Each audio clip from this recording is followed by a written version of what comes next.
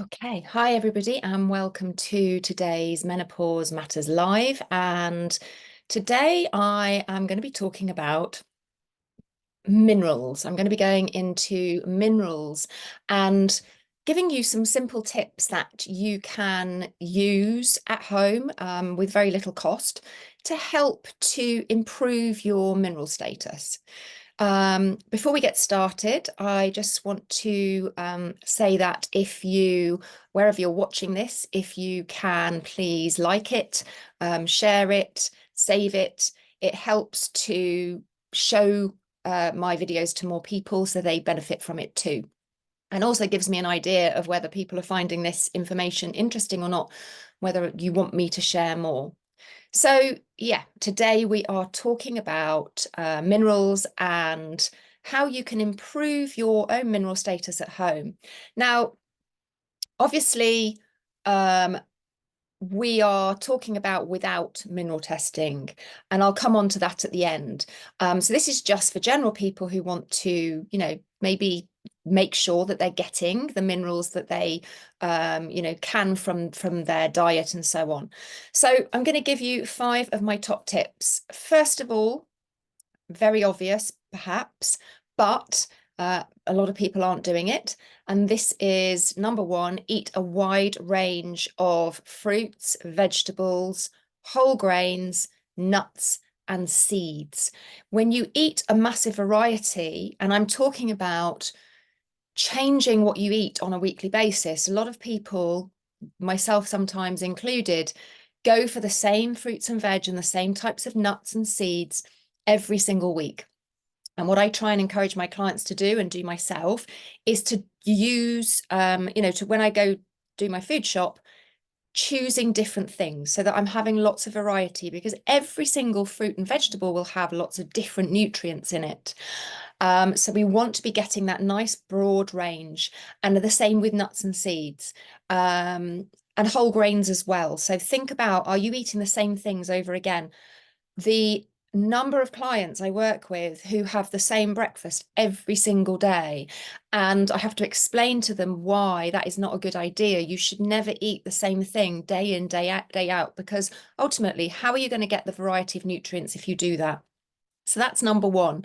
Number 2 is sea salt in your water. Now, you might be one of the people like I was before I did what I do now, um, believed that salt was the enemy. I never ever put salt on my food because I thought that it was related to high blood pressure and I would, avoid it at all costs. And actually, that caused huge mineral imbalances for me. When I came to do my mineral test, because I started eating salt, but not at the levels that I needed. And when I did my mineral test, I realized how deficient I was in salt. Now, I'm not talking about table salt. Be very clear. Table salt is a processed type of salt. It is absolute rubbish, and you do not want to be using table salt to remineralize your water, but you should be filtering your water properly and then putting something back in. You can get mineral drops if you don't want to use salt, but I find using a good quality sea salt is a really good option. So that's number 2. So number 1, wide range of fruits and veg, etc. Number 2, salt your water with sea salt. Number 3 is to focus on potassium-rich foods. A lot of people are lacking in one major mineral, and that is potassium, and others, but you won't know that unless you test. But potassium is a big one. Now, potassium is in lots of different foods. If you just do a simple search online, you'll find a whole list of potassium-rich foods. Things like bananas, sweet potatoes, with their skins on, and normal potatoes, russet potatoes particularly, avocados, spinach, tomatoes, and coconut water are all really high, and green leafy vegetables, all very high in potassium. But most people aren't getting anywhere near enough potassium from their food. So that's a really big one to focus on. Number 4 is getting magnesium through the skin. The problem with magnesium supplementation, most people need it because it's so depleted in our soils, and it's one of the minerals that we burn through in massive quantities when we're stressed. And how many of us are not stressed in some way? So we need extra magnesium because there isn't enough going in the first place, and then we are burning through too much of it. But the problem with over supplementing it, if you don't know what you're doing and you're not taking the other minerals that you need to make sure that the magnesium is being utilized, we call it a magnesium loss. We lose that magnesium, and it can't get into the cells properly, and it's a waste. But a good way to get magnesium into the body without tons of supplementation is magnesium salts in the bath. My preference is magnesium chloride flakes over Epsom salts, just because Epsom salts can be quite dehydrating. So if you are using Epsom salts, it's fine. It's a good form. It's magnesium sulfate, and it goes through the skin really nicely. But just make sure you drink water, salted water preferably, when you're using that. The other one is magnesium chloride flakes. So there's two different types. Number 5 is to practice stress management. So I talked about magnesium already. I said that we burn through more magnesium, but it's not just magnesium that we use a lot of. There's other minerals too when we're stressed. So if we don't deal with the stress, like when I work with clients, part of the test tells me about how their body is reacting to stress in a way that no other test can show me, because it's showing me stress ratios at a cellular level. And from that, I can always say to somebody, you have been really stressed recently, or you are at the absolute burned out stage of stress, because the test tells me that. And then it tells me which of your minerals are really lacking.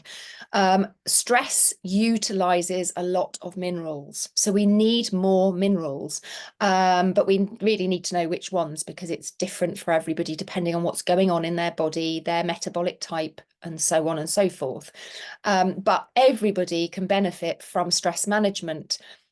And I always say to my clients, doesn't matter how many minerals I give you, what protocol I give you, what diet you're eating. Yes, it all helps, of course, and it's crucial. But if you don't deal with the stress alongside, we're kind of trying to firefight, and we're getting nowhere. So stress is really important. So just to recap, number 1 is variety of fruits and vegetables, nuts and seeds, whole grains. Number 2 is salt your water with sea salt. Number 3 is focus on potassium especially, and potassium rich foods. Number 4 is Epsom salts or magnesium flakes in the bath. Maybe 2 or 3 times a week. You can also do foot soaks as well. They're really good. And number 5 is to practice stress management, so that you are dealing with the stress, because you're not going to get anywhere if you don't. Just a point on the sea salt. If you're on blood pressure medications, oops, sorry, somebody called. If you're on blood pressure medications, I think I'm still live. If you're on blood pressure medications, or let me just put this on do not disturb, there we go. Or you are have high blood pressure, then of course this information is not for you when it comes to taking salt. You need to take advice from your GP. Anybody who's on medications where salt or sodium will affect them, then of course, and the same with potassium. You have to be careful with eating too much potassium if you are on certain blood pressure medications, so just bear that in mind. And bonus tips: limit the amount of caffeine you are having. It can interfere with mineral absorption.